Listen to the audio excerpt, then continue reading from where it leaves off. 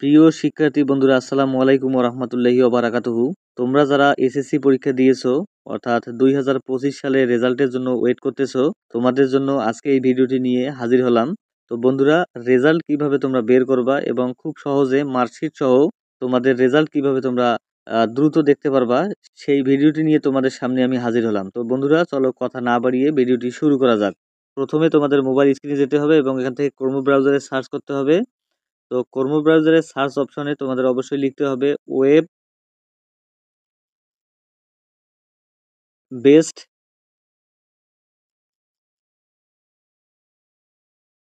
Result.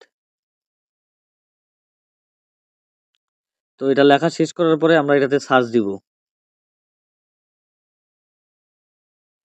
তো search দেওয়ার পরে আমাদের একটা অপশন আসলো এখানে এডুকেশন বোর্ড বাংলাদেশ। তো এখানে একটা সার্চ দেব। সার্চ দেওয়ার পরে আমাদের সামনে এরকম একটা ইন্টারফেস আসবে।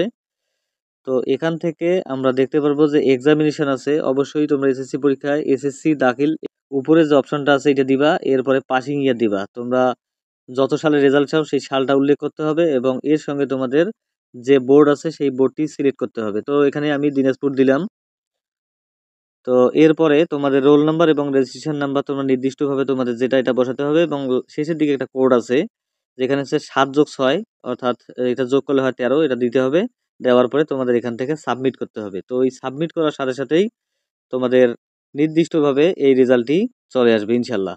তো বন্ধুরা, আজকের ভিডিওটি এই পর্যন্তই। নিত্য নতুন আপডেট পেতে আমাদের পাঠশালা চ্যানেলটি সাবস্ক্রাইব করো। ধন্যবাদ।